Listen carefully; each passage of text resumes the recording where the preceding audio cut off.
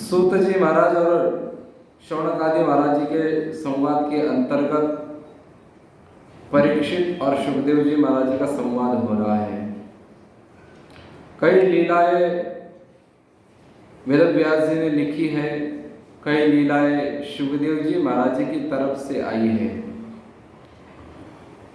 कुछ लीलाएं ऐसी है जो वेद व्यास जी भी लिख नहीं पाए, परंतु परीक्षित का ऐसा सुंदर प्रश्न था कि परीक्षित ने कहा कि भगवान, जो लीलाएं कोई नहीं जानते हैं वो आप मुझे सुनाइए। इसका मतलब है आप सब कुछ जानते हैं। तो कहने का तात्पर्य था कि श्रीमद् भागवत में जो वेद व्यास जी ने लीलाओं का वर्णन किया है वो तो सुनाइए ही, परंतु इतने ही लीला भगवान ने नहीं की है। भगवान ने अनंत लीलाएं की है। तो कुछ ऐसी ऐसी रसीली लीलाएं हैं, उनका भी श्रवण हमको कराइए। तो इसी प्रकार से सुखदेव जी महाराज जी बहुत सुंदर वर्णन करते हैं। क्या कहते हैं? इत्थं शरद स्वच्छ जलम पद्माकर सुगंधिना न्यविशद वायुना वातं सगो गोपालको च्युतः।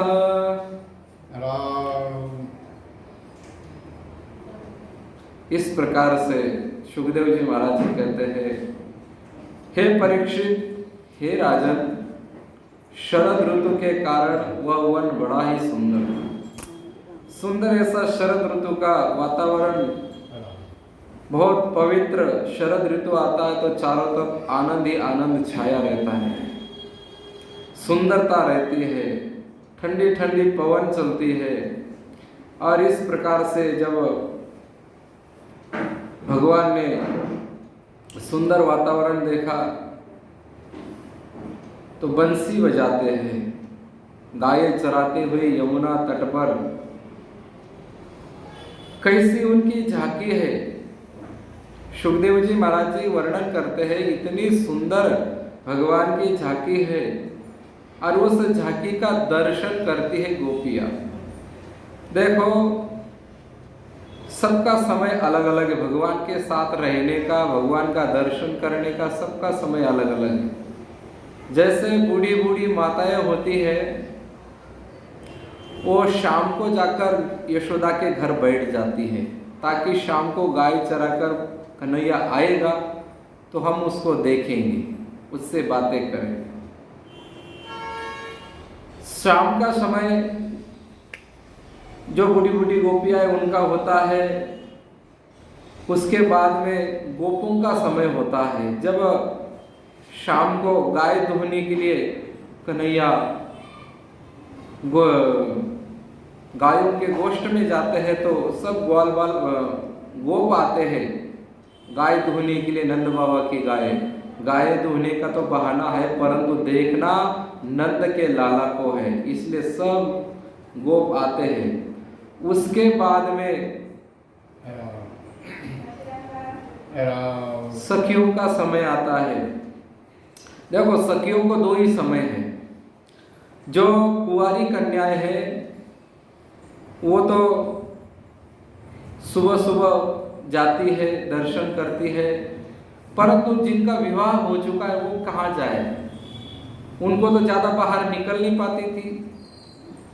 तो जो कुंवारी कन्याएं हैं वो सुबह सुबह जब कृष्ण ग्वाल बाल लेकर और बछड़े लेकर जंगल की तरफ चरने के लिए निकलते हैं तो सब कुंवारी कन्याएं बाहर आती है रोड पर और वो टुकुर टुकुर कन्हैया को देखती है। और कन्हैया बड़े मस्ती के साथ अपनी आंखों से अटखेलियां करते हुए तिरछी तिरछी नजरों से गोपियों को देखते हुए और ग्वाल वालों के साथ गप्पे मारते हुए और गोपियों को टोन में बातें करते हुए ग्वाल वालों को इशारा करते, देखो वो गोपियां कैसी खड़ी है, कैसी देख रही है। वो कभी कहते देख इसने कैसे वस्त्र पहने हैं, वो कभी कहते देख इसके पास मटकी है। तो ऐसे छेड़ते हुए और कोई कोई गोपियां आकर खड़ी हो जाती, पानी का बहाना लेकर खड़ी हो जाती है। तो कन्हैया कहते कोई काम है ही नहीं का, केवल पानी ढोने का काम है क्या? तो इस प्रकार से बहुत गोपियों से विनोद भी करते हैं।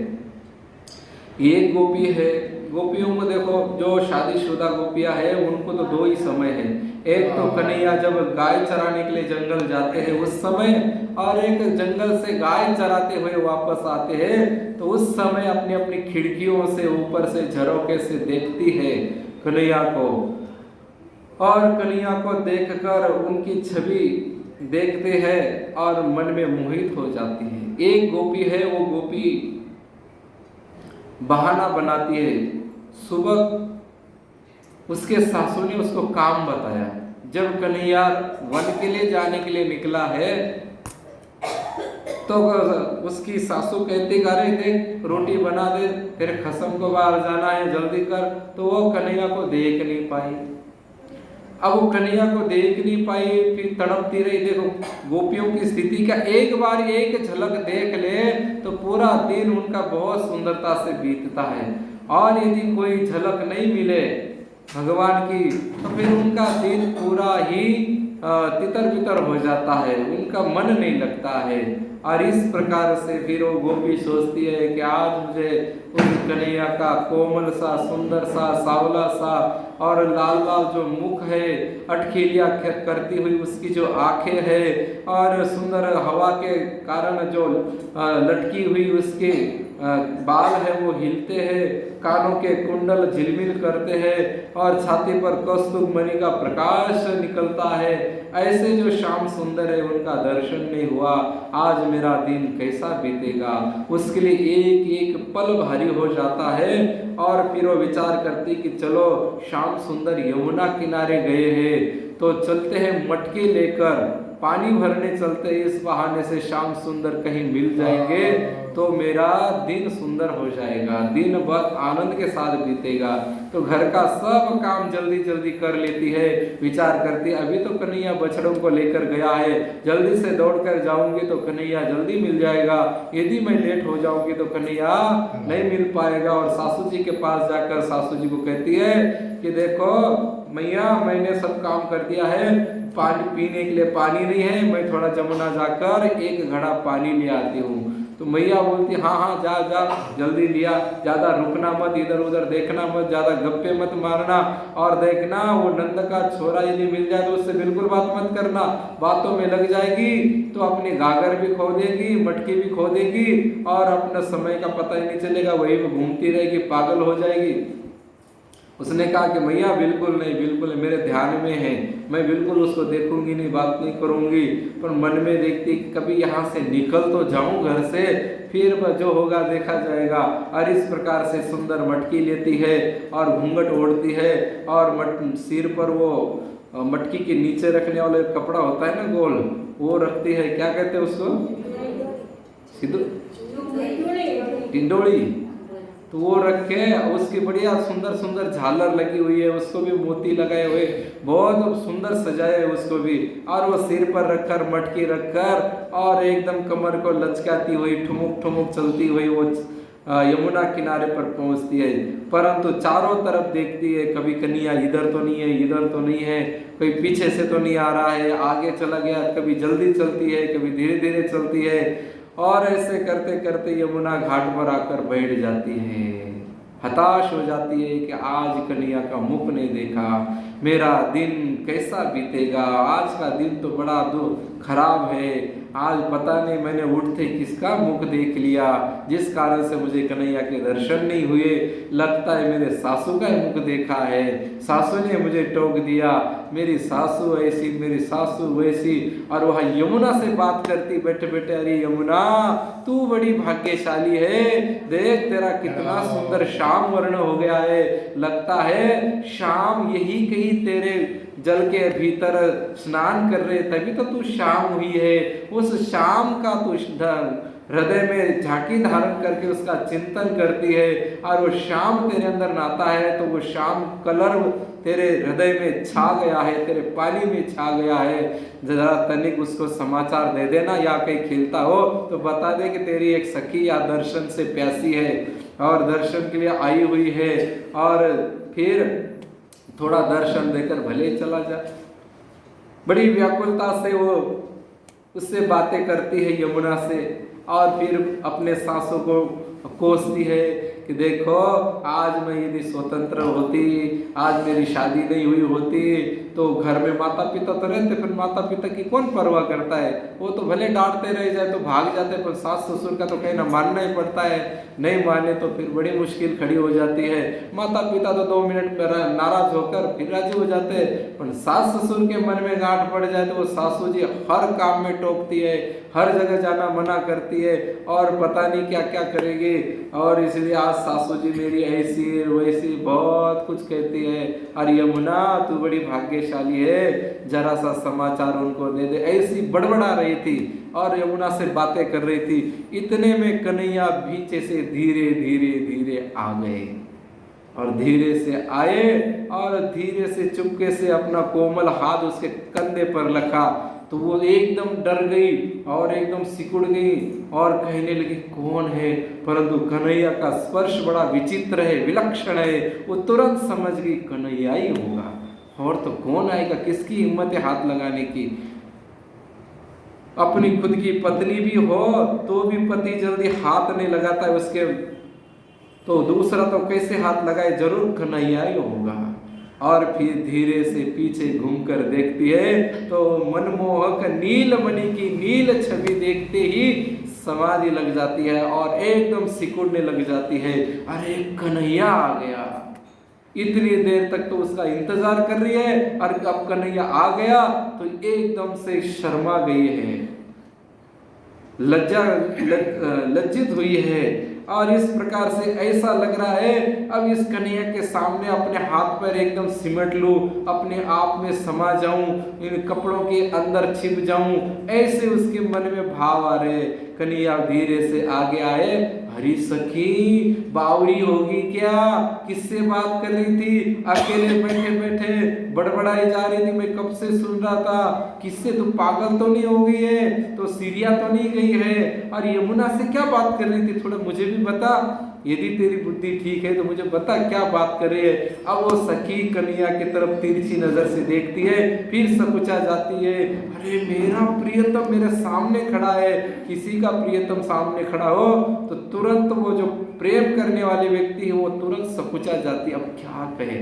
इतने जब तक सामने नहीं होता है तब तक बड़े बड़े टीक हाँकती है, बड़ी बड़ी बातें करती है, पर जैसे ही श्याम सुंदर सामने आता है तो तुरंत मन में विचार करती है, कन्हैया बात कर रहा है, बात करना चाहती है, पर तो जीभ जैसी पत्थर जैसी हो गई है, जड़ हो गई है, इंद्रिया सिकुड़ गई है, शरीर ठंडा पड़ गया है, कोई इंद्रिया काम नहीं कर रही है, बस आंखें जरूर काम कर रही है कि वो भगवान को देख रही है।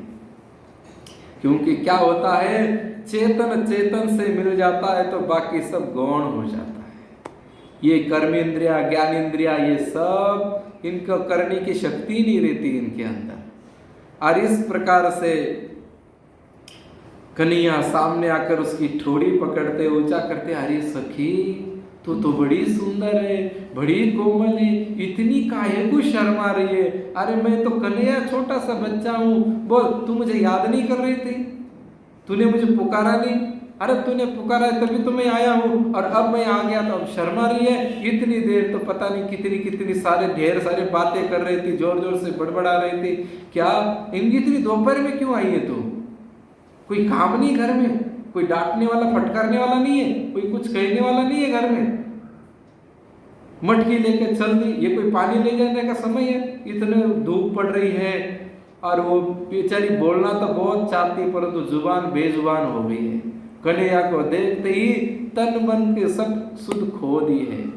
और फिर कन्हैया खूब मीठी मीठी बातें करते हैं, और मीठी मीठी बातें करते हुए सखी को बोलते, अरे तू गूंगी है, अरे सखी ब्रह्मा जी से बड़ी भूल हो गई, क्या हो गया। अब वो जैसे कहा ना कि ब्रह्मा से भूल हो गई तो सखी थोड़ा ऊपर मुंह उठाकर देखने लगी, क्या भूल होगी। फिर बोलते, सखी तेरे अंदर इतनी बड़ी कमी रखी भगवान ने। फिर वो सखी अपने हाथ को देखती, पैर को देखती, कान को हाथ लगाती, मेरे अंदर तो कोई कमी तो है ही नहीं। फिर ये कैसे कह रहे, अरे सखी क्या बताए, भगवान ब्रह्मा ने बहुत सुंदर तुझे बनाया, तेरे सुंदर हाथ बनाए, तेरे कान बनाए, 2 आंखें बनाई, इतना प्यारा प्यारा मुख बनाया और इतना सब कुछ बनाया, परंतु मुख के अंदर तूने जबान नहीं बनाना भूल गया, तुझे गूंगा बना दिया। अरे ब्रह्मा की ऐसी तैसी। और इतनी बात सुनी वो सखी हंसने लगी।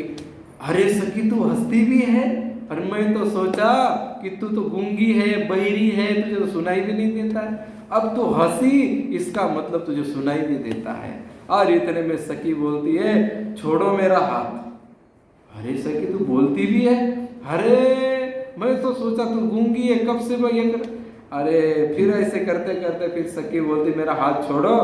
फिर कन्या बोलती तू इतनी दोपहर में अकेली अकेली क्यों आई पानी लेने, और यहाँ क्यों बैठी है, घड़ा भर दिया और चल जाना चाहिए, देख तेरा घड़ा भी भरा हुआ है, अब यहाँ क्यों बैठी है, किसका इंतजार कर रही थी।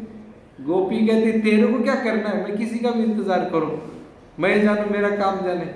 तो कन्हैया बोले अच्छा ठीक है जा, बोले मैं जा रहा हूँ। इतने में सखी हाथ पकड़ दी, नहीं नहीं नहीं नहीं रुक जाओ। फिर कन्हैया बोलते बोलो क्या काम है, क्यों रोक दिया, मेरा हाथ पकड़ लिया, बता अब क्या कहे सखी। ये तो अपने दिल की बात तो कह नहीं सकती है, क्योंकि कोई भी प्रेमी हो अपने दिल की बात जल्दी कहता नहीं है। तो सखी और संकुचा गई वापस। फिर सखी ने देखा कि अब ये बात नहीं करूंगी तो चले जाएंगे। फिर सखी ने कहा कि ये मटका उठाने वाला कोई नहीं है, ये मेरे से उठ नहीं रहा है। और इतने में कन्हैया ने कहा कि अच्छा मटका नहीं उठ रहा है, बहाना बनाती, चल मैं मदद करता हूँ। और इस प्रकार से फिर कन्हैया ने हाथ लगाया और सखी ने भी उठाया, दोनों ने मिलकर मटका उठाकर सिर पर लगा। अब मटका ऊपर रखना है तो मुंह सीधा ही रखना पड़ेगा, फिर ऐसे नीचे मुंह करेंगे तो मटका गिरेगा नहीं, तो मुंह सीधा रखा है और सामने कन्हैया से नजर मिल गई। और वो फिर और तन मन खो दिया, श्याम सुंदर की वो छवि देखी, आंखों में आंखें डालकर देखा तो सूद बूद भूलने लग गई। इतने में हाथ पैर कांपने लग गए, गर्दन हिलने लग गई। कन्हैया ने कहा अरे सके सावध हो जा, मटका गिरेगा तो मेरा नाम मत लगाना, तो मटका तो तेरे कारण गिरेगा और मैया को जाकर शिकायत मेरी करेगी। देख देख सावध हो जा, हाथ हिलाकर कहते मटका मत गिराना। अब सखी जैसे हाथ पकड़ते वैसे उसको सहारे आते और कंपन होता, और इस प्रकार से धीरे धीरे हिलते हिलते मटका गिर गया, मटका फूट गया, गोपी भीग गई। अब कन्हैया ने कहा कि देख गोपी मैं तो जा रहा हूँ, मैंने कुछ किया नहीं, मेरी शिकायत मत करना। अब वो कहती अब ये चला जाएगा तो फिर मैं आई तो कन्हैया को देखने के लिए, अब ये चला जाएगा तो मुश्किल हो जाएगी। गोपी कहती सखी कहती है देखो मटका तो अब आपके कारण ही फूटा है। कन्हैया ने कहा मेरे कारण, मैंने तो फोड़ा नहीं। बोले आपने तो फोड़ा नहीं पर फूटा तो आपके कारण ही, फूटा तो भगवान के कारण ही है। और फिर सखी कहने लगी कि मैं शिकायत करूंगी। कन्हैया ने कहा तेरे हाथ जोड़ो, तेरे पावन पड़ो, सब करो, शिकायत मत कर। और कन्हैया वहां से भाग गए। और फिर गोपी ने देखा चलो मटका फूट गया, पर एक बहाना और मिल गया कि इस बहाने से मैं यशोदा के घर जा सकती हूँ और कन्हैया शाम को वह आएगा, फिर दर्शन करूंगी। और इस प्रकार से वो गोपी घर जाती है। घर जाने के बाद में उसकी सासू देखती, अरे तुझे तो मैंने पहले कहा था कि सावधानी से जाना, किसने मटका फोड़ा, कन्हैया आया था ना। बोले हाँ सासू जी आया तो था, उसी के कारण फूटा है। घर में मत घुस, बोले अभी सासू क्या कहती घर में मत घुस, गीले कपड़े से उसके माँ के पास जा और माँ के पास जाकर बता देख मेरे कपड़े भिगा दिए, देख मेरी क्या दशा कर दी, मेरे बाल भिगा दिए, फिर मेरा श्रृंगार खराब कर दिया सब, उसको जाकर शिकायत कर दे, फिर तू घर आना, यशोदा से नया मटका लेके आना, ऐसी घर में मत घुसना, ऐसी घर में मैं घुसने नहीं दूंगी। पहले मैंने कहा था कि सावधानी से जाना, सावधानी से आना, उस छोरे के मुंह क्यों लगी तो। और इस प्रकार से सखी एक तरफ से तो राजी भी हो रही, एक तरफ से नाराज भी हो रही है कि सासू जी क्यों डांट रही है, एक मटका फूट गया तो फूट गया, अपने घर में कोई मटके की कमी है, फिर भी डांट रही कि नहीं जा। और एक तरफ खुश हो रही है कि चलो नंद के घर जाने को मिल रहा है, सखा हुआ वापस दर्शन हो जाए तो बढ़िया ही है। और इस प्रकार से फिर वो नंद रानी के घर जाती है। और फिर कन्हैया वहाँ दोपहर हो गई, भूख लगी, आ गए। तो भीतर से कन्हैया देख रहे हैं, ये शिकायत कर रही है। इस प्रकार से भगवान कृष्ण अनेक लीलाएं करते हैं। लीला करते हुए अब जंगल में जाते, गाय चराते, वेणु बजाते। गाय दूर चली जाती तो सुंदर सुंदर बांसुरी बजाकर और गाय बांसुरी के माध्यम से स्वर में उन गायों का आवाज लगाते, सब गाय दौड़ के आ जाती। ग्वाल बाल भी सुनते, परंतु गोपियों ने देखा कि हमको बांसुरी नहीं सुनाता है। एक दिन गोपियों ने कहा कन्हैया को पकड़ के हमको भी बांसुरी सुना दे। और इतनी सुंदर शाम की छवि है, संध्या का समय है। संध्या के समय पर सब ग्वाल बाल अपने अपने बछड़ों को लेकर और ब्रज की तरफ, गोकुल की तरफ निकले हैं, वृंदावन की तरफ निकले और चलते हुए इतना सुंदर श्रृंगार कर रखा है सखाओं ने। कैसा श्रृंगार किया है?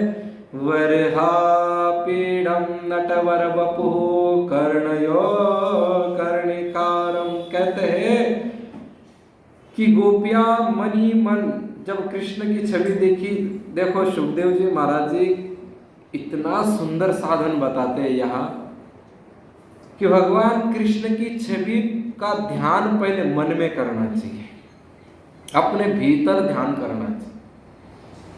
और जो हम भीतर ध्यान करेंगे वही छवि के रूप में, प्रकट रूप में भगवान सामने आएंगे। यदि हमारे मन में हमने कोई छवि धारण नहीं की है, भगवान की कोई आकृति बनाई नहीं है, भगवान तो निराकार है, भक्त ही उसको आकृति देते हैं और भक्त ही उसको संबंध के कारण उसको निर्गुण से सगुण बनाते हैं। तो गोपियों ने बहुत सुंदर मन ही मन छवि सजोई है और देखने लगी। और क्या कहती, श्री कृष्ण ग्वाल वालों के साथ वृंदावन में बहुत मंद मंद गति से प्रवेश कर रहे हैं। उनके सिर पर सुंदर ऐसा मयूर पिच्छ है और कानों पर कनेर का पीला पीला पुष्प है। शरीर पर सुनहला पीतांबर धारण किया है। गले में 5 प्रकार से सुगंधित पुष्पों की माला है। और रंगमंच पर अभिनय करते हुए श्रेष्ठ नाट्यकार होता है, उस नाट्यकार के समान सुंदर ऐसा नट का वेश धारण कर रखा है। और बांसुरी के छिद्रों को वे अपने अधरों पर धर के और उसमें हवा फूंक रहे हैं। और सुंदर ऐसी जो पतली पतली लाल लाल कोमल अंगुलियां हैं, उन अंगुलियों से सुंदर ऐसा स्वर उसके अंदर से निकाल रहे हैं। ऐसी सुंदर छवि उन्होंने हृदय में धारण करी। पहले भगवान पहले हृदय में लीला करते हैं भगवान भक्त के, और उसके बाद में सामने प्रकट होते हैं। हमने ध्रुव जी को देखा, ध्रुव जी ने जैसा नारद जी ने बताया वैसा ध्यान किया, हृदय के अंदर सजीव झांकी का ध्यान किया और उसके बाद में सामने प्रकट हो गए। नारद जी के भी चरित्र में देखा कि नारद जी ने भी संत महात्माओं से जो सुना उसी स्वरूप को धारण किया हृदय में और बाद में बाहर दर्शन किया। ऐसे अनेक उदाहरण आते हैं। तो गोपियां हमको कह रही है, सुखदेव जी महाराज जी कहते हैं कि सबसे पहले अपने हृदय रूपी कमल के अंदर जो सुंदर से सुंदर झांकी हमको अच्छी लगती है, जो वर्णन संत महात्मा करते हैं, उसी प्रकार से उसका चिंतन करो। क्या कि सुंदर बछड़े लाल लाल, कोई लाल है, कोई पीले है, कोई काले है, कोई सफेद है, इस प्रकार से सुंदर सुंदर एकदम हृष्ट पुष्ट बछड़े और एकदम उछलते कूदते और एक दूसरे की तरफ प्रसन्नता से देखते हुए बछड़े आगे आगे चल रहे हैं और उनके पीछे पीछे चल रहे, धूल उड़ रही है। गोधूली कहते हैं उसको। शाम के समय गांवों में जब गाय अपने गांव में आती है तो इतनी सुंदर गोधूली उड़ती है। गोधूली से पूरा गांव पवित्र हो जाता है। उस गोधूली को भगवान स्वयं अपने शरीर पर धारण करते, कितनी पवित्र होगी वो गोधूली। और इस प्रकार से वो बछड़ों के चरणों पर पैरों से उड़ती हुई जो गोधूली है वो उड़ रही है और जैसे जैसे गोधूली शांत हो रही है और उनमें से जैसे बादलों में से सूरज निकल जाते हैं। रात के समय आप देखते होंगे कि जब बादल आते हैं और धीरे धीरे बादल आगे चलते हैं तो उसमें से चंद्रमा प्रकट हो जाते हैं। इसी प्रकार से भगवान कृष्ण की नील स्वरूप जो है, नीलांबर जो है, नीली आभा जो है, वो जैसे चंद्रमा की आभा प्रकट होती है ऐसे करोड़ों करोड़ों चंद्रों की आभा उस धूली में से प्रकट हो जाती है। और फिर धीरे धीरे कन्हैया एक सखा के कंधे पर हाथ रखते हुए एक हाथ से बांसुरी बजाते हैं, एक हाथ से अपने सखा के कंधे पर हाथ डालकर और धीरे धीरे बाकी सखा पीछे पीछे कन्हैया की जय जयकार करते हुए चल रहे हैं। कभी दाऊ दादा की जय करते हैं, कभी कन्हैया की जय करते हैं, कभी नंद बाबा की जय करते हैं, कभी कभी गाते हैं, क्या गाते हैं, जय गौ माता जय गोपाल, जय जय भगत वत्सल दीन दया, जय गौ माता जय गोपाल, भगत वत्सल प्रभु दीन दया, जय गौ माता जय गोपाल सल प्रभु दीन, बोले गौ माता की।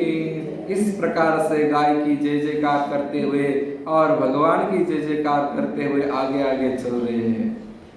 अब जैसी वो बांसुरी की धुनी गोपियों के कानों में पड़ती तो सब काम भूल जाती है और काम भूल के बांसुरी को कोसने लगती है कि ये क्यों बनी है।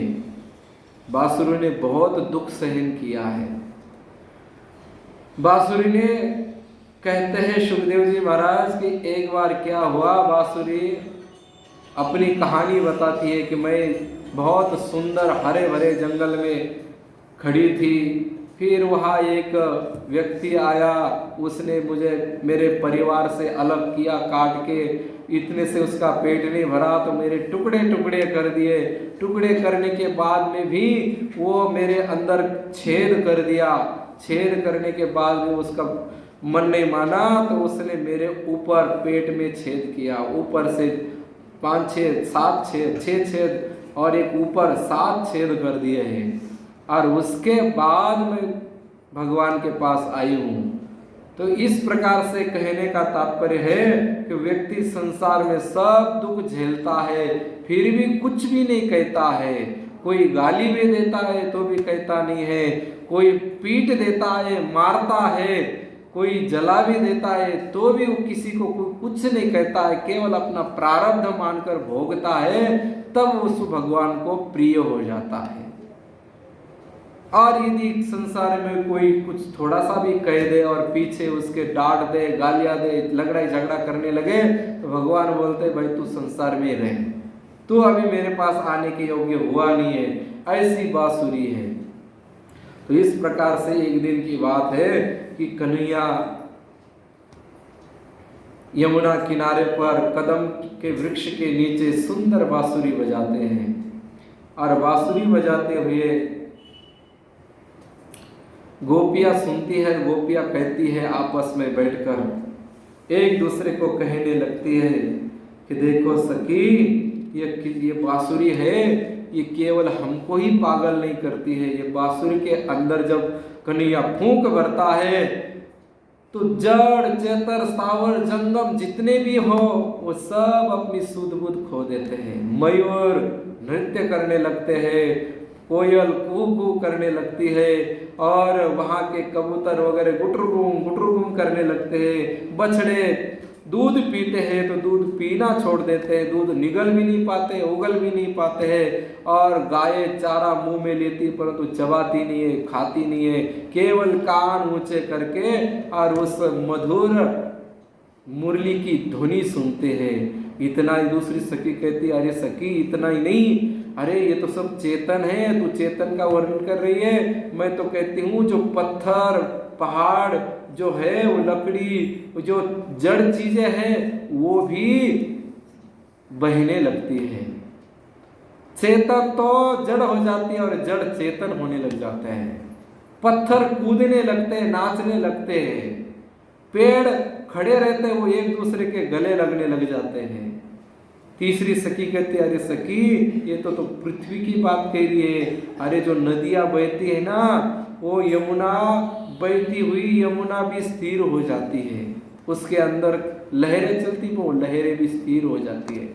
एक सखी कहती है, अरे सखी इतना ही नहीं, स्वर्ग में रहने वाली अप्सराएं रंभा आदि भी ना थिरकना छोड़कर केवल बांसुरी सुनने लग जाती है। देवता सब काम छोड़ के और इसकी बांसुरी, मतलब पूरा भुवन शांत स्तब्ध हो जाता है, ऐसी इसकी बांसुरी है।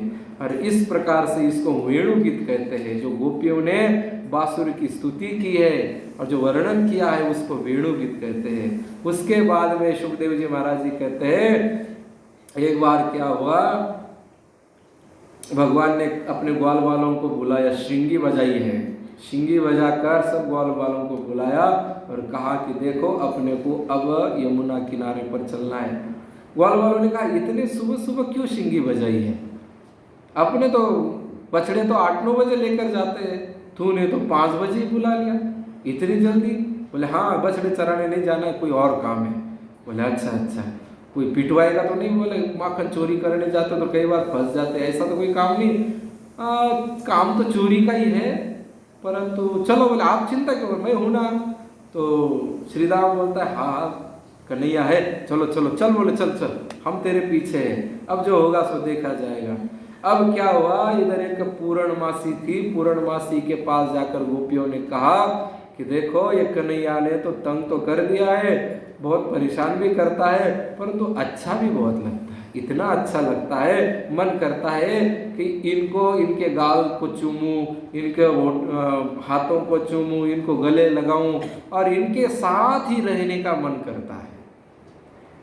ये तो सुबह गाय चराने जाता है तब दिखता है, और शाम को जब आता है गाय चरा कर तब दिखता है। जब छोटा था गाय चराने नहीं जाता था, जब चोरियां करता था तब कितना आनंद आता था, पर अब ये चोरी करने भी नहीं आता है, जल्दी दर्शन भी नहीं होता है। हम आए ही इसका दर्शन के लिए, बड़ी व्याकुल रहती है, बड़ी तड़प रहती है, बड़ी प्यास लगी रहती है उनके दर्शन की, तो कोई उपाय बताओ। तो पूर्णमासी कहती है कि 1 साल का एकादशी व्रत किया करो,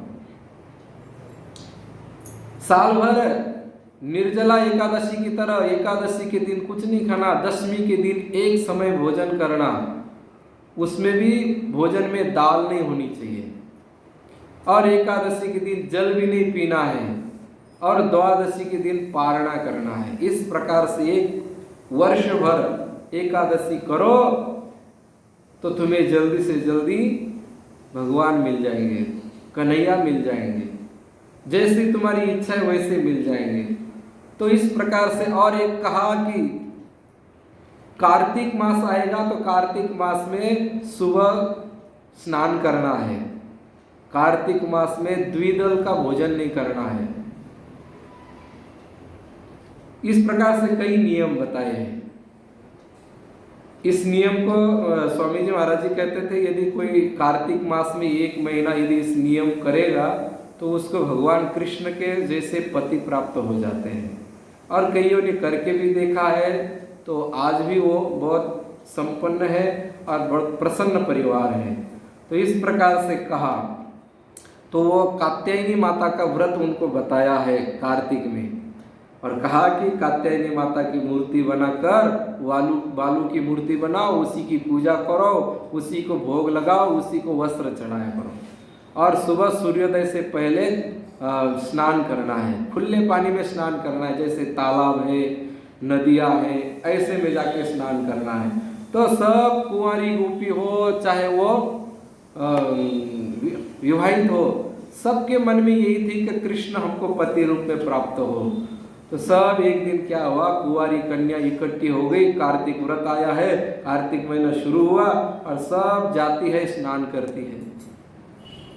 अब कन्हैया ने देखा, देखो व्रत तो कर रही है मुझे प्राप्त करने के लिए, परंतु व्रत के अंदर यदि कोई कमी होती है तो उसको दूर करने की जिम्मेदारी तो मैंने ली है, क्योंकि मैंने कहा है ये यथा मां प्रपद्यन्ते तास तथैव भजाम्यहम्। और दूसरा वचन ये दिया है कि जो भी कोई कमी हो उसको दूर करने की जिम्मेदारी मेरी है। तो इनके अंदर व्रत में कमी है, चाहती मुझे है, परंतु व्रत में कमी नहीं होनी चाहिए। कमी होती है तो वह व्रत सफल नहीं हो पाता है।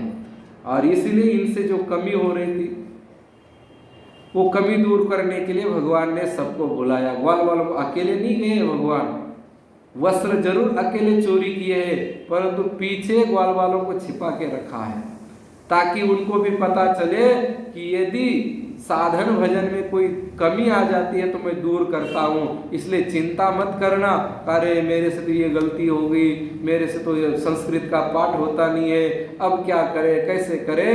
तो ये भाव तो उनको प्राप्ति का होना चाहिए, तो बस बाकी सब काम भगवान करते हैं। तो सब गए और वो गोपिकाएं भी, छोटी छोटी बालिकाएं स्नान करने के लिए गई है, सब कपड़े उतार के यमुना किनारे पर धर दिए, लहंगा घाघरा वगैरह जो भी है सब, चुनरी वगैरह सब धर दिए, और फिर निशस्त्र होकर जल में उतर कर स्नान करने लगी है। कन्हैया आए, कन्हैया ने कहा अरे हल्ला मत करना, यही बैठे रहना, देखो मैं चोरी करता हूँ, आप लोग आओगे तो हल्ला हो जाएगा और आप लोगों को गोपियाँ देख लेगी मैं अकेला जाता हूँ और सब उनके वस्त्र चुराता हूँ। अरे कन्हैया ये अच्छी बात थोड़ी है, वो नारी है और आप हम उनके वस्त्र चुराएंगे, ना ना ना। कन्हैया बोले अरे चुप रहो, मैं जैसा कहता हूँ वैसा करो। मुखिया कौन है? बोले तू ही है। फिर किसकी बात मानोगे, मुखिया की मानोगे कि अपने मन की करोगे? बोले नहीं नहीं, मन की करके तो हम देख चुके हैं, हम तो 84 में घूम रहे थे मन की करके, पर अब तो तेरी मन की करनी है, क्योंकि हमको 84 में जाना नहीं है, इसलिए चुपचाप बैठे रहो। और सब चुपचाप बैठ गए और फिर कन्हैया धीरे से गए, सब कपड़े उठाए और कपड़े उठाकर कदम के वृक्ष पर चले गए और धीरे से बांसुरी का नाद छेड़ा है। सबने देखा अरे कन्हैया की बांसुरी बज, कहाँ बज रही है, कहाँ बज रही है? देखा अरे ये ऊपर बैठा है। और सब कहने लगे अरे कन्हैया तू कब आया? बोले मैं तो काफी समय हो गया है। अरे फिर सबने कहा कि चलो चलो कन्हैया से मिलते हैं। और जैसे ऊपर निकलने के लिए देखा तो कपड़े नहीं है, कपड़े कहाँ है? फिर देखा तो कन्हैया के पीछे कपड़े दबा रखे कन्हैया ने। फिर सब गोपियाँ कहते कन्हैया हमारे कपड़े दे दो, हम आपके पास आना चाहती है। कन्हैया बोलते तो आ जाओ, किसने मना किया है, आओ अपने कपड़े भी ले लो और मुझसे भी मिल लो। तो जैसे वो निकलने के लिए लगी तो तुरंत याद आया अरे हमने तो कपड़े ही नहीं पहने। बोले हमने कपड़े नहीं पहने हैं। बोले कपड़े नहीं पहने तो फिर कपड़े पहन के जाना चाहिए। आप व्रत कर रही है मुझे प्राप्त करने के लिए, तो उसमें आपकी ये कमी है कि आप कब निशस्त्र होकर कभी स्नान नहीं करना चाहिए। क्योंकि क्या होता है, ये देवता जो लोग होते हैं ना, वो सब आपके पुण्य को चुराने के लिए तैयार बैठे रहते हैं। अब तुम पुण्य तो कर रही है, व्रत कर रही है, परंतु वो यहाँ अपराध हो रहा है तो ये सब पुण्य वरुण लोक लेके जा रहा है, वरुण लेके जा रहा है। अब उस तुम्हारे पुण्य के कारण उसको मेरा दर्शन भी होगा, नंद बाबा का भी दर्शन होगा। वरुण का कोई पुण्य नहीं था भगवान का उसके घर चले जाए दर्शन देने के लिए। ये गोपियां नाती थी, इनका पुण्य सब चुरा के ले जाता था वो, इसलिए वो भगवान को वहाँ जाना पड़ा।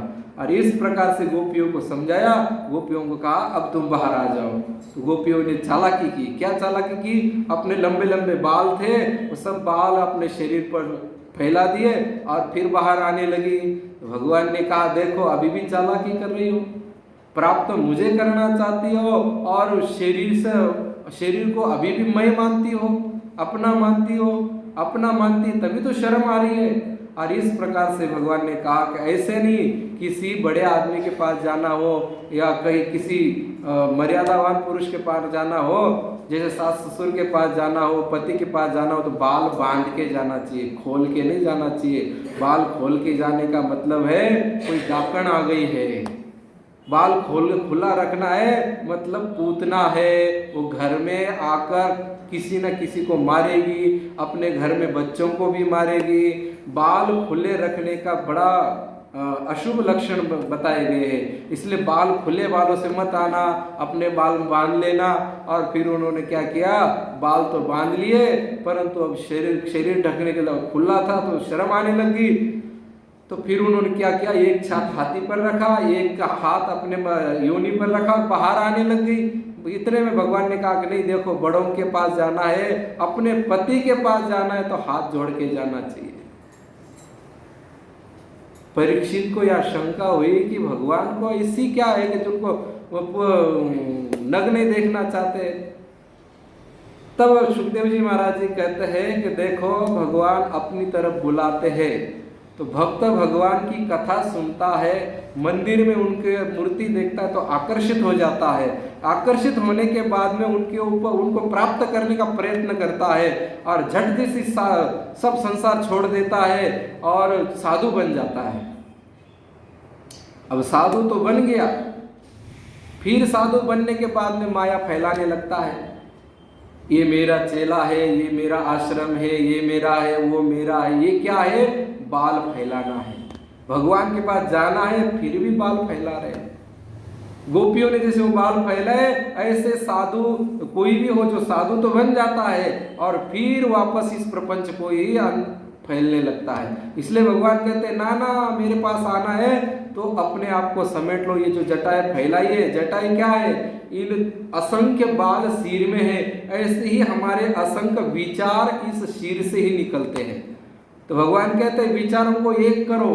कैसे, अनन्यास चिंतयन्तु माम, केवल मेरा चिंतन, मेरी प्राप्ति, मेरा आश्रय और अन्य कोई भी वृत्ति होनी नहीं चाहिए। इसलिए बालों को एक जटा में बांध लो, ऐसे अपने को एक विचार में बांधकर फिर मेरे पास आ जाओ।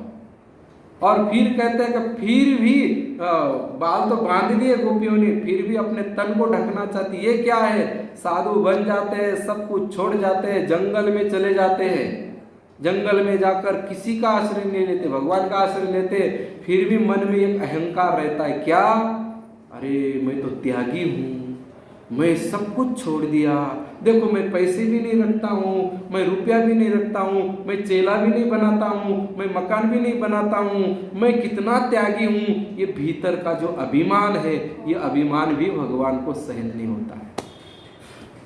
जैसे हम मंदिर में जाते हैं, देखो मैं तो मंदिर भी जाती हूँ, भगवान को भोग भी लगाती हूँ और मैं दान धर्म भी करती हूँ और देखो घर वालों की सेवा भी करती हूँ, मैं इतना करती हूँ। ये जो अहंकार है, ये अहंकार भी भगवान को सहन नहीं होता है। इसलिए कहा कि देखो हाथ जोड़ के आना, मतलब पूर्ण शरणागति करके आओगे तब तो मैं प्राप्त हो जाऊंगा। आप जैसे कहोगे वैसा मैं नाचूंगा, परंतु यदि अहंकार का लेश भी रहेगा तो भी मैं नहीं आऊंगा। स्वामी जी महाराज जी कहते थे कि एक व्यक्ति था, उसने क्या किया, कोई डूबते हुए व्यक्ति को बचा लिया। तो बचाने के बाद में एक साधु के पास गया और कहा कि मैंने एक व्यक्ति को बचाया है, तो इसका मुझे तो पुण्य होना चाहिए। बोले तो सब पुण्य तो होना चाहिए, अच्छा काम किया है, परंतु ये अहंकार नहीं होना चाहिए कि मैंने बचाया है। मैं जहां भी आएगा वहां पर्दा आएगा, भगवान दिखेंगे नहीं। इसीलिए गोपियों की परीक्षा लिए, गोपियों को बताया, ग्वाल वालों को बताया। अब आगे इस कथा से हम लोगों को भी बताया सुखदेव जी महाराज जी ने कि बिल्कुल भी अहंकार भगवान को चलता नहीं है। ये शरीर पंच तत्व से बना है, इसको लेकर आप शर्म करते हो। अरे जिसके हम है उसके पास जा रहे हैं, और जिसके हम है उसके पास जाने में इस शरीर को क्यों शर्म आए। क्षितिजल पावक अधम शरीर,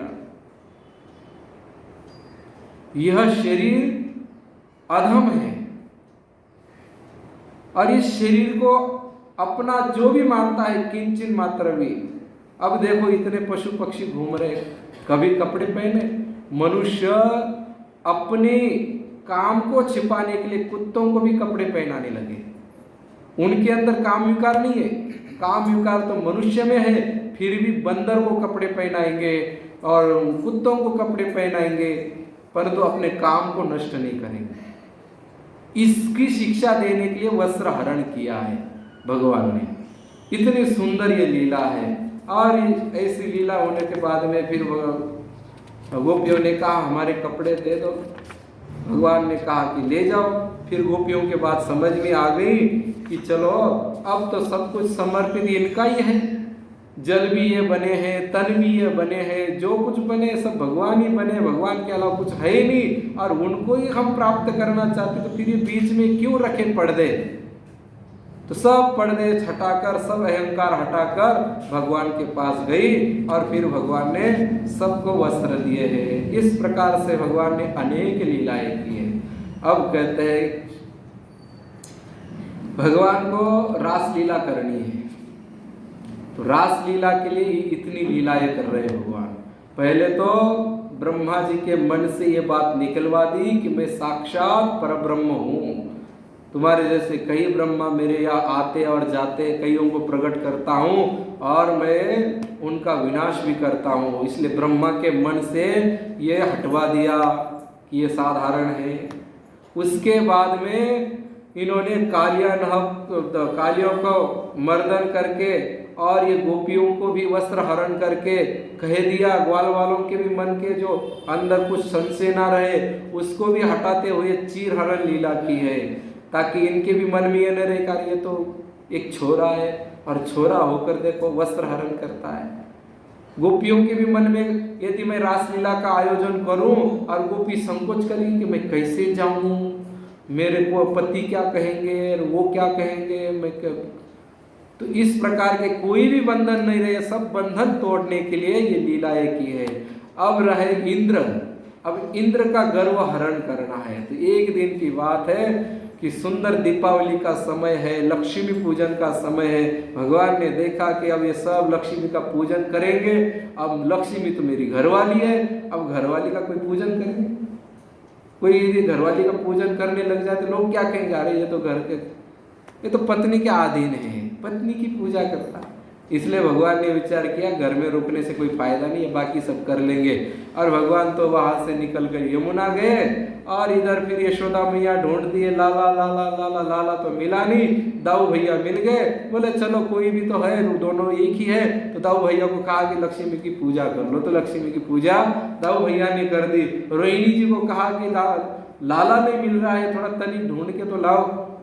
और रोहिणी जी निकली ढूंढने के लिए, ढूंढते ढूंढते देखा कि शाम के समय और लाला के कमर इतने पानी में उतरा हुआ है यमुना में, और अपने छोटे छोटे हाथ से जो दिए जब जलाते हैं वो दिए जाते हैं तो छोटे छोटे हाथ से आजा आजा इधर आजा इधर आजा, मेरे पास आजा मेरे पास आजा। और वो दिए आते जो पास में उनको उठाकर बाहर निकालता है। तो मैया आई, बोले क्या कर रहा है यार, बाबू इतना पूजन करना है, ये करना है, तू या क्या कर रहा है। बोले दियों को मैं पार लगा रहा हूँ। बोले अच्छा तू ही पार लगाएगा और कोई नहीं लगाएगा। बोले हाँ मैया मैं ही पार लगाने वाला हूँ। तो बोले पार लगाना तो ये देख ना, ये आगे जा रहे भाई के, उनको भी तो पार लगा। बोले मैया ऐसे नहीं पार लगाता मैं, जो मेरी तरफ आता है, जो मुझे चाहता है, जो मुझे मानता है, जो मुझसे प्रेम करता है, उसको तो मैं पार लगा देता हूँ। परंतु जो मेरे पास नहीं आता है उसको तो यही जगमगाते रहो और यही दुख पाते रहो, मैं उनको नहीं ये करता। तो इस प्रकार से बहुत सुंदर सुंदर लीला करते हैं। फिर लाला घर पर आया, सुंदर सुंदर पदार्थ खाए। अब क्या हुआ, खाके लाला सो गया, परंतु दूसरे दिन इंद्र की पूजा करते थे। सब जितने ब्रजवासी थे सब इंद्र की पूजा करते थे और इंद्र को हवन करके और सब पदार्थ खिलाते थे। तो क्या हुआ, लाला रात में जल्दी सो गया, जल्दी सुबह उठा तो देखा रे चारों तरफ सुगंध आ रही है, कहीं पुड़िया छन रही है, कहीं जलेबी निकल रही है, कहीं पेड़ा बन रहा है, कहीं खीर बन रही है, कहीं मालपुआ बन रहा है, कहीं सब्जियां बन रही है। इस प्रकार से लाला ने देखा तो दीपावली तो कल हो गई, पर आज क्या है, ऐसी क्या तैयारी हो रही है। और उठ गया, अपने उबासी लेते है, आँख मलते मलते बाहर आया है, मैया मैया ओ मैया। मैया तो काम में लगी है और जोर से चिल्लाने लगा, अरे मैया। मैया के कान में पड़ गई आवाज। मैया ने देखा लाला जल्दी उठ गया, बात क्या है। मैया दौड़ कर गई, लाला को छाती से लगाया, बोले भैया अरे लाला अभी टाइम है, तू इतना जल्दी क्यों उठ गया, अब सो जा, थोड़ी देर और सो जा। तो अभी देख, अभी बहुत काम बाकी है, अभी मेरे को बहुत काम करना है, बहुत धान इकट्ठा करना है, सब सब्जियां बनानी है, सब 56 भोग लगाना है। बोले 56 भोग लगाना है किसको? तो मैया ने कहा कि देखो, बात करने के लिए मेरे पास इतना टाइम नहीं है, एक काम करो, तो अपने बाबा को पूछ ले जा, बाबा के पास। तो लाला दौड़कर बाबा के पास गया। तो बाबा के पास सामने कई गोप आकर बैठे थे, निर्णय चल रहा था कौन सी चीज़ कितनी लानी है, कोई किसको बताना तू ये ला वो ला, सब तैयारियां चल रही है, मंडप पंडाल बना रहे हैं, हवन के लिए वेदिका बना रहे हैं, ब्राह्मणों को ला रहे हैं, और सब काम चल रहा है। तो लाला गया और धीरे से बाबा के गोदी में घुस गया, और दादा बाबा के गोदी में घुसकर और बाबा की दाढ़ी में उंगली नचाने लग गया। अब बाबा को पूछना है, राजी करना है। और क्या कहता है बाबा? बाबा बोले लाला थोड़ा रुक जा, देख कितना काम है, कितने लोग गोप आ रहे हैं जा रहे हैं, आज बहुत बड़ा उत्सव है। बोले बाबा मुझे बताओ से क्या, आज क्या उत्सव है, क्या दीपावली तो कल हो गई, लक्ष्मी पूजन हो गया, अब आज क्या है? बोले अरे लाला, इंद्र की पूजा है आज, अपने 10 साल इंद्र की पूजा करते हैं। बोले इंद्र की पूजा क्यों? बोले इंद्र की पूजा करते तभी तो बरसात होती है, और बरसात होती तभी खेती होती है, और जंगल में घास होता है, खेती होते है तो अनाज होता है तो वो अपने खाते हैं, जंगल में घास होती तो गाय खाती है, गाय खाती तो दूध देती है। तो देखा कि अरे इंद्र की पूजा कर रहे हैं। तो फिर कहने लगे बाबा रात में मुझे एक सपना आया था। बाबा ने कहा तेरा सपना सुनने के लिए अभी टाइम नहीं मेरे पास, मेरे को बहुत काम करना है। अरे फिर बाबा को वापस वो दाढ़ी में हाथ खुजला करके, बाबा के गाल पकड़ के और बाबा को राजी करके, बाबा वो थोड़ी बात मेरी सुन ले, और बाबा को राजी करके बाबा ने कहा ना बाकी गोपों को, बोले आप देख लो, मैं थोड़ी लाला की बात सुन लेता हूँ। तो लाला ने कहा, बाकी गोपों ने कहा कि हम भी लाला की बात सुनना चाहते हैं, लाला को से सब प्रेम करते हैं। और फिर लाला कहता है, लाला बाबा मेरे एक सपना आया कि सपने में एक साधु बाबा, और वो साधु बाबा ने कहा कि अरे इंद्र कहता है कि ये गवार ग्वाले आज यज्ञ करेंगे, और फिर अपने को वहाँ खाने के लिए जाना है, भोजन के लिए जाना है, इसलिए अपने रसोइयों को मना कर दिया। अरे रसोइयों आज भोजन नहीं बनाना है, आज ब्रज में जाना है भोजन के लिए। ओ गवार ग्वाले पता नहीं कैसा बनाएंगे, पर अब बनाते तो खा लेंगे। और इस प्रकार से अपने को गवार बता रहे थे वो। और वो साधु बाबा ने कहा कि देखो मेरा पूजन करोगे तो मैं आप लोगों को साक्षात दर्शन दूंगा, आशीर्वाद भी दूंगा, ऐसा उन्होंने कहा। तो बाबा ने कहा कि इंद्र से बड़ा? बोले हाँ इंद्र से बड़ा। बोले कौन? बोले ये गिरिराज। बोले गिरिराज दर्शन देगा? बोले हाँ बाबा, इंद्र की पूजा नहीं करनी, आप लोग इनकी पूजा करनी चाहिए। क्यों?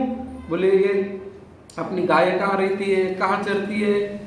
बोले गोवर्धन पे। बोले गोवर्धन के कारण बरसात होती है, गोवर्धन का यदि गोवर्धन बरसात हो जाए और गोवर्धन कोई घास ही नहीं उगाएगा तो क्या खाएगी गाय? और इतने में मैया ने सुना, मैया दौड़ कर आई और कहने लगा जी महेर, ये लाला बिल्कुल सत्य कहता है, पर उस दिन मेरे को एक सपना बता रहा था। क्या बता रहा था? मैया मैं तो पानी में गिर गया, पानी में बहुत बड़ा सांप है, ऐसा बता रहा था। तो अपना लाला उस दिन गिर गया था ना, इसलिए लाला का सपना सच होता है, लाला की बात माननी चाहिए।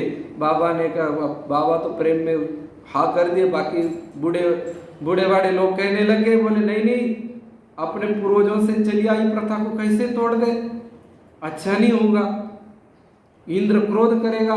इतने में ग्वाल बाल उठ कर खड़े हो गए, कहने लगे अरे इंद्र की ऐसी तैसी, इंद्र क्या कर लेगा हमारा? अरे इतने बड़े बड़े राक्षस आए, वो कुछ नहीं कर पाए तो इंद्र क्या कर लेगा? हमारी बात, लाला की बात, हमारे सखा की बात, हमारे कन्हैया जो कहता है वही होगा। और फिर सबका बहुमत करके एक बात पारित हो गई, चलो बोले अब गोवर्धन की पूजा करेंगे। और फिर सब पदार्थ गोवर्धन के पास ले गए, और गोवर्धन के पास जाकर और बोले सब गोवर्धन को पूजा करो। और पूजा करने लग गए गोवर्धन की, और खूब रोली चढ़ाई, मूली चढ़ाई, अक्षता चढ़ाई, और कपड़ा चढ़ा रहे, कोई चुनरी चढ़ाए, कोई धोती चढ़ा रहे, कोई चोला चढ़ा रहे, कोई लहंगा चढ़ा रहे, कोई क्या जो जिसकी इच्छा है वो चढ़ा रहे, कोई दूध लाए, खीर लाए, सब बड़े बड़े कड़ाऊ भर कर लाए।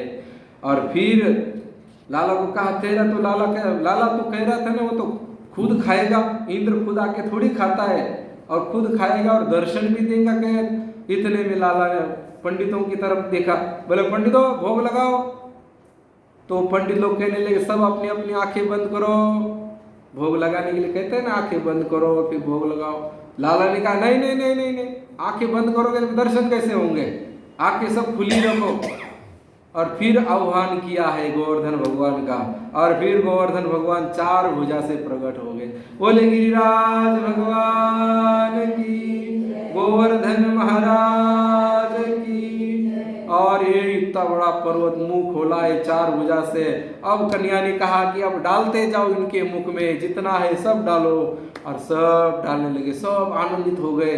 जो बड़े बड़े लोग कह रहे थे कि अरे नहीं नहीं ऐसा होगा, ये थोड़ी गोवर्धन थोड़ी खाएगा आएगा, अपन को सबको आश्चर्य होगा।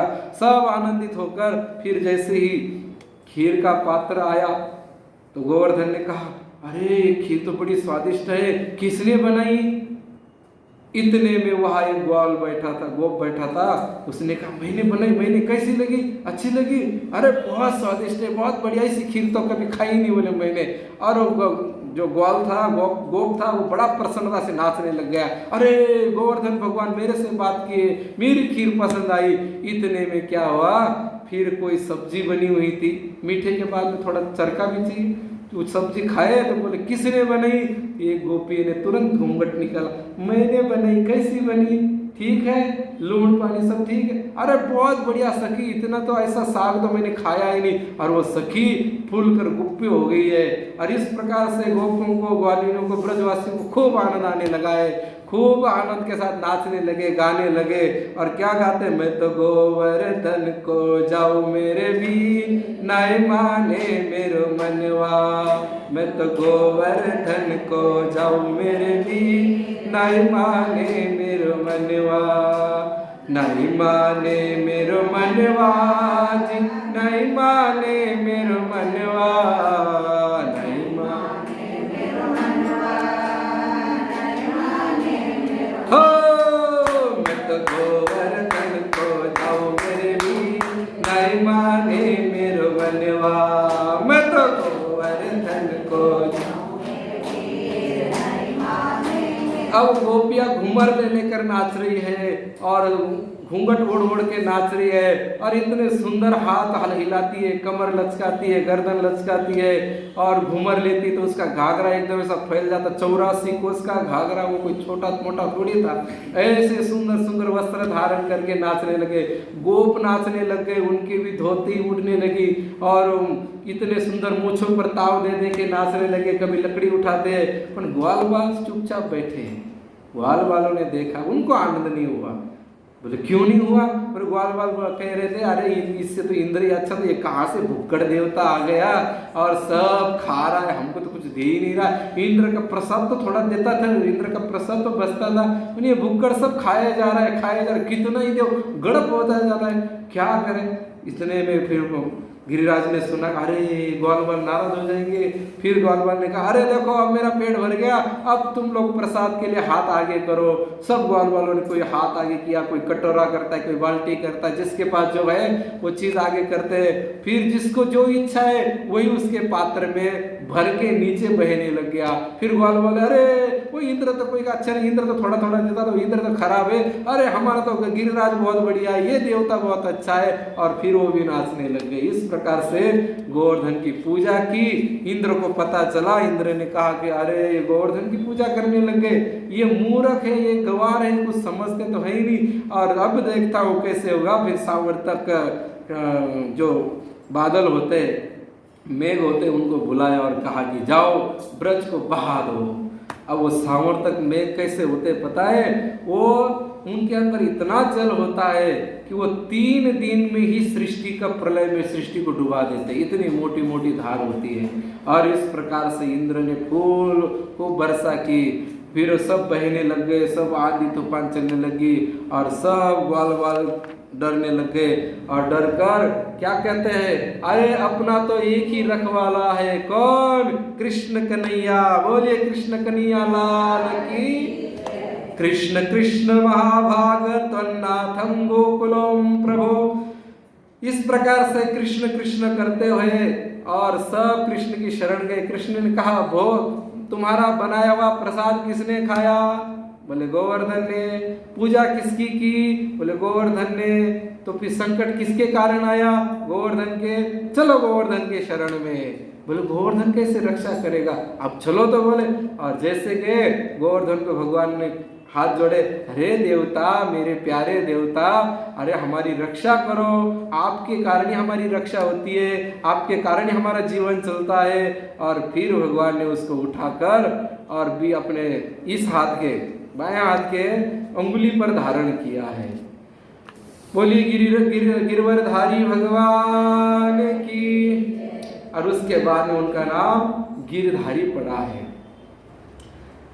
अब किसी ने कहा कि देखो ताकत तो इस हाथ में होती है ना, इस हाथ में तो कम ताकत होती है, तो बोले इस हाथ से क्यों उठाया?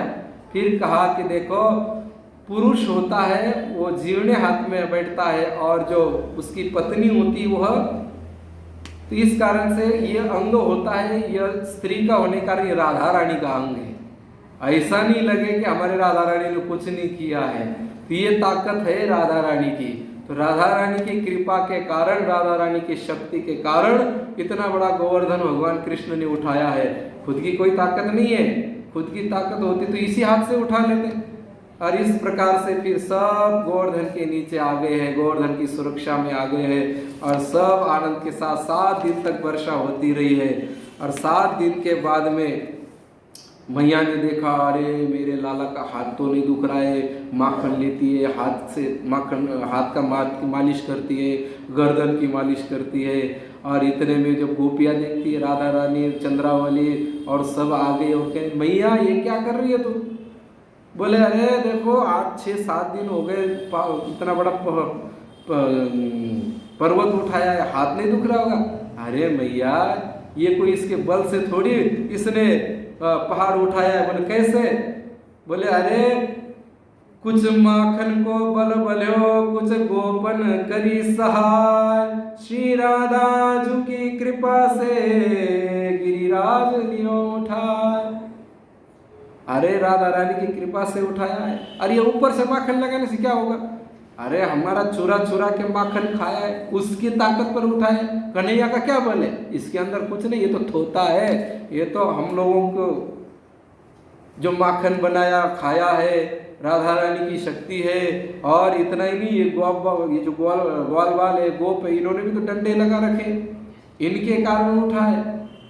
तो अच्छा कृष्ण ने देखा, अच्छा मेरी माँ को नीचे दिखाना चाहते, तो कहा कि सावधान। बोले हाँ।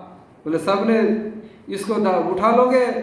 ग्वाल वालों ने और बाकी गोपों ने कहा, अरे तेरी तो एक उंगली है, हमने इतने बड़े बड़े लठ लगा रखे, तेरी उंगली से क्या होगा? तू आराम कर ले। बोले देख मैया कितना माखन लगा रही है, थोड़ा आराम कर। बोले आराम कर लूँ? पक्का? बोले हाँ हाँ क्यों, कर लो, तुझे क्या लगता है तू अकेला कर सकता है, हम नहीं कर सकते। भगवान ने कहा ठीक है ध्यान देना। और हल्का सा आधा इंच, 1 गेहूं होता है ना, इतना ही नीचे लिया, इतने में सबकी लकड़ियां टर तर तर तर तर के टूटने लगी और नीचे आने लगी। अरे अरे पकड़ भैया, पकड़ पकड़ पकड़ पकड़, ये तो तू ही पकड़ रखा है, हम तो ऐसे ही है। और सब नीचे झुक गए, एक ने भी हाथ नहीं, सबने हाथ छोड़ दिए। फिर पता चला कि अरे इसकी उंगली के कारण ही टिका है। और इस प्रकार से फिर सब लोग भगवान की जय जयकार कर रहे हैं। बोले कृष्ण कन्हैया लाल की, दाऊ के भैया की, यशोदा के लाल की। और इस प्रकार से बरसात खूब हो रही है। भगवान ने कहा कि सुदर्शन को देख, एक बूंद नीचे नहीं आनी चाहिए, ऊपर के ऊपर ही सब पी लेना। और तो जितनी बरसात होती वो सुदर्शन उतना पूरा जल को वही नष्ट कर देता है। और इस प्रकार से इंद्र को पता चला है कि कुछ बिगड़ने 7 दिन। बोले कहाँ गए वो? अब बोले वो तो गोवर्धन के नीचे है। बोले अच्छा गोवर्धन के नीचे है, तो वो बह के नहीं गए? अरे बहना तो छोड़ो, एक बूंद भी पृथ्वी पर ब्रज में नहीं गिरी है। बोले फिर कहाँ गया? बोले सुदर्शन। अच्छा सुदर्शन है, अरे सुदर्शन है तो ये तो श्री हरि है, चलो चलो जल्दी चलो उनकी शरण चलो।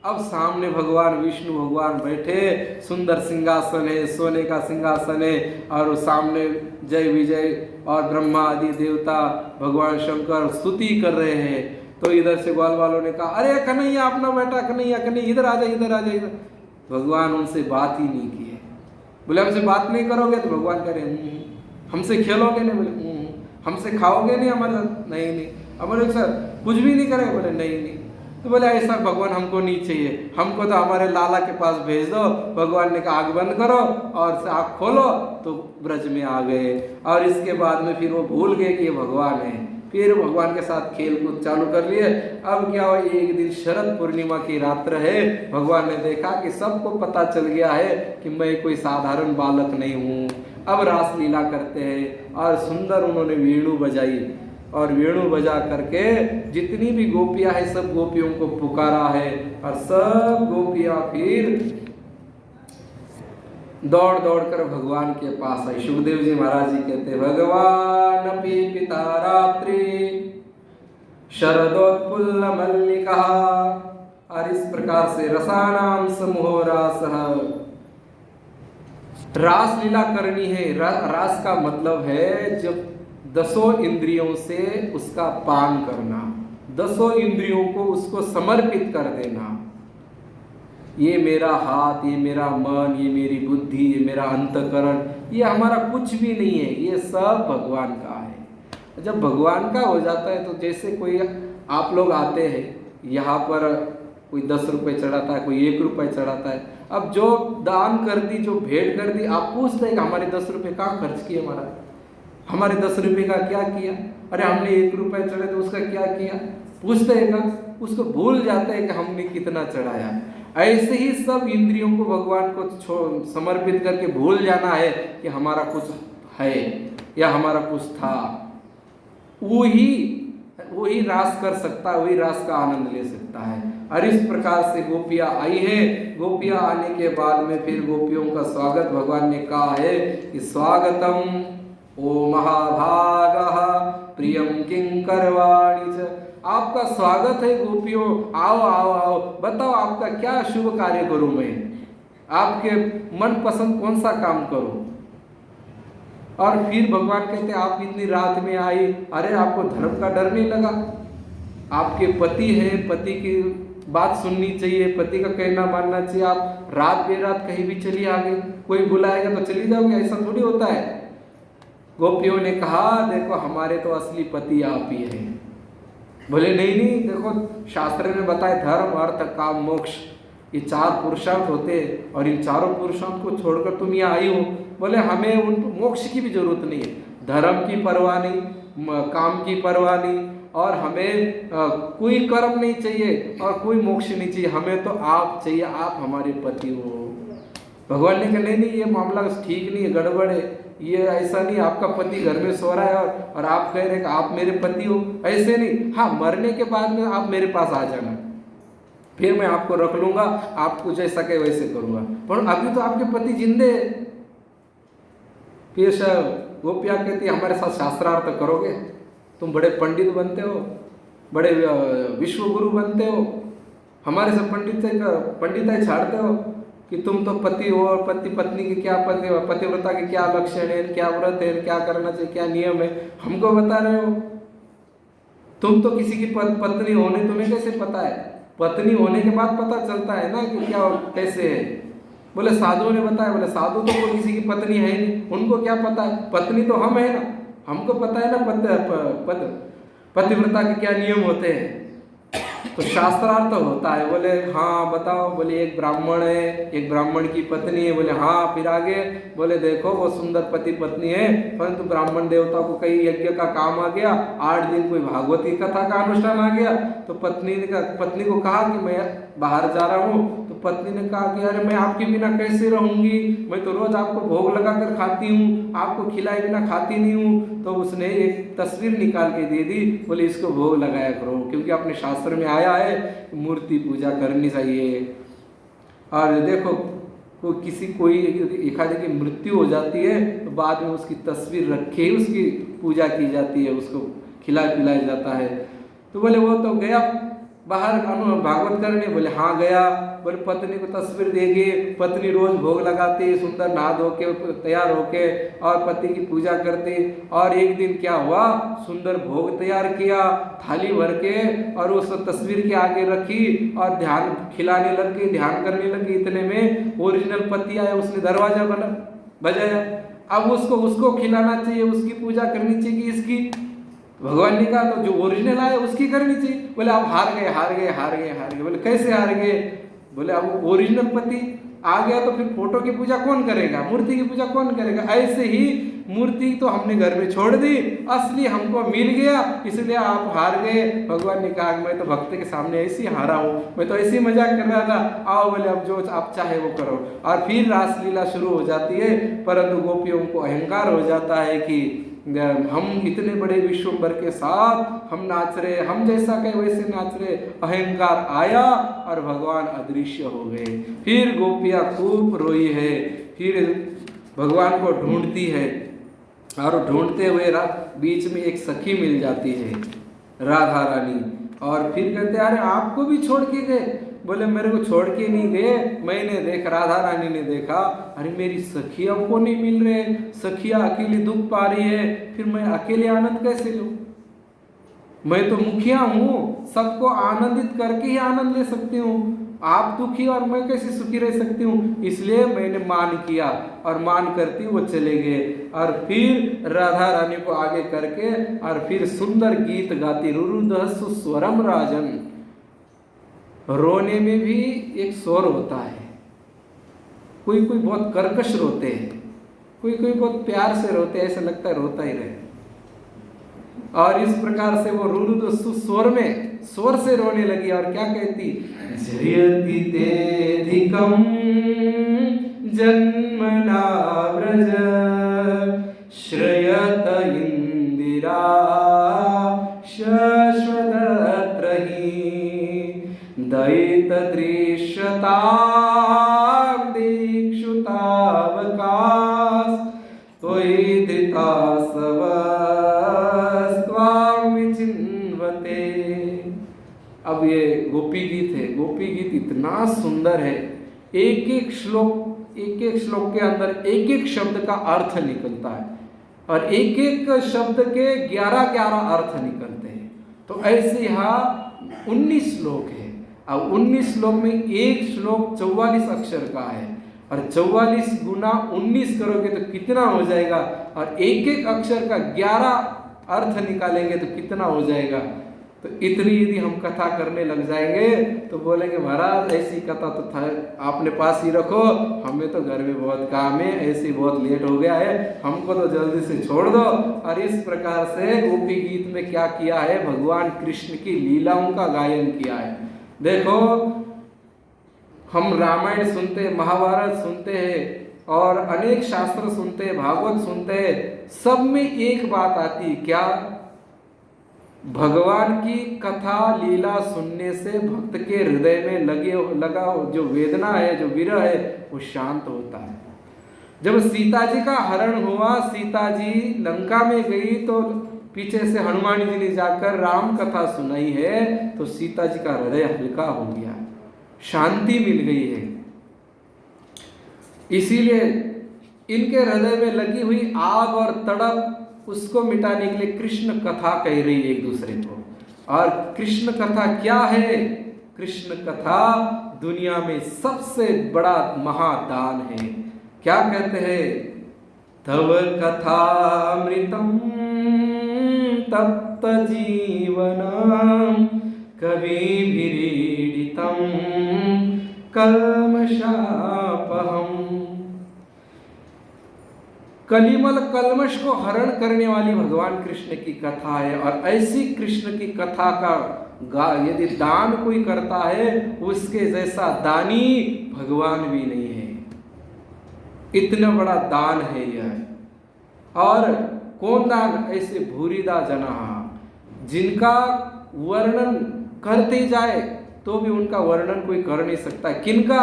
जो दान, जिसने भगवान की कथा रूपी दान किया है, उस भक्त का जितना गुणगान किया जाए वो कम ही है। इतनी बड़ा महात्म्य बताया है। गोपियों ने भगवान कृष्ण के लीलाओं का। तो इस प्रकार से वह खूब रोने लग गई, धोने लग गई और फिर हताश होकर बैठ गई कि अब हे नाथ, हे मेरे नाथ, बस अब तू चाहेगा तो दर्शन दे दे।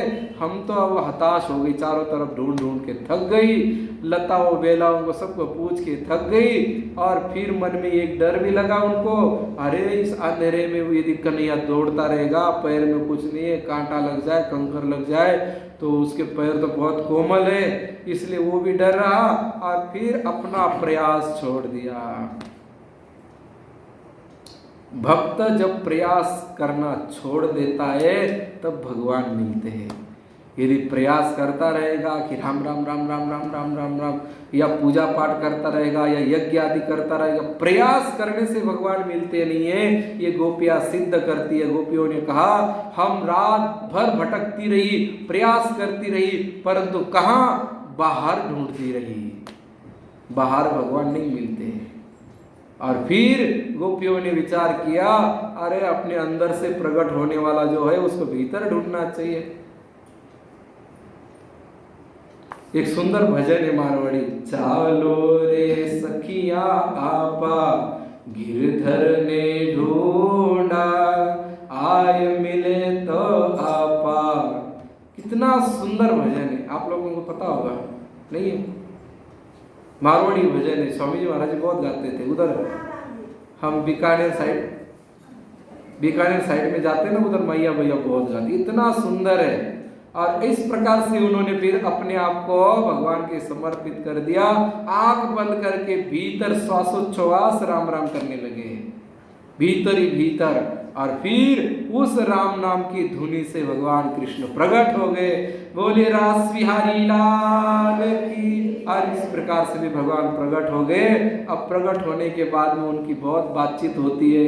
अब कभी यहाँ कोई कार्यक्रम होगा तो उसके अंदर उनकी बातचीत श्रवण कराएंगे। अब अपने को तो आगे भी बहुत श्रवण करना है। तो इस प्रकार से रासलीला का बहुत सुंदर प्रसंग है। भगवान ने धरती पर भी रास किया, जैसे जो भी 84 लाख प्रकार की रासलीला की है।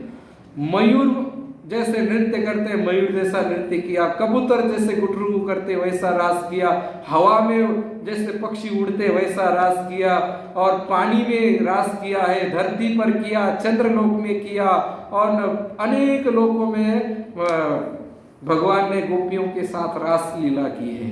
और ये रासलीला की रात्रि ब्रह्मा जी की 6 महीने की रात्रि हुई है। अपनी रात्रि की 6 महीने नहीं, ब्रह्मा जी की इतनी बड़ी रात। क्योंकि भगवान काल में नहीं होते हैं, भगवान कालातीत हो जाते हैं। और मैंने आपको बताया है कि कालातीत कैसे होता है। जब व्यक्ति गहरी नींद में जाता है उसको पता ही नहीं चलता है भाई 1 घंटा सोया कि 10 घंटा सोया। इस प्रकार से वहाँ पता नहीं चलता है कि कितना समय बीत गया। और सुंदर रासलीला का प्रसंग यहाँ हुआ है। अब कल भगवान के ब्रज गमन की यात्रा का श्रवण करेंगे। बोलिए राम राम राम राम राम राम राम राम राम राम राम।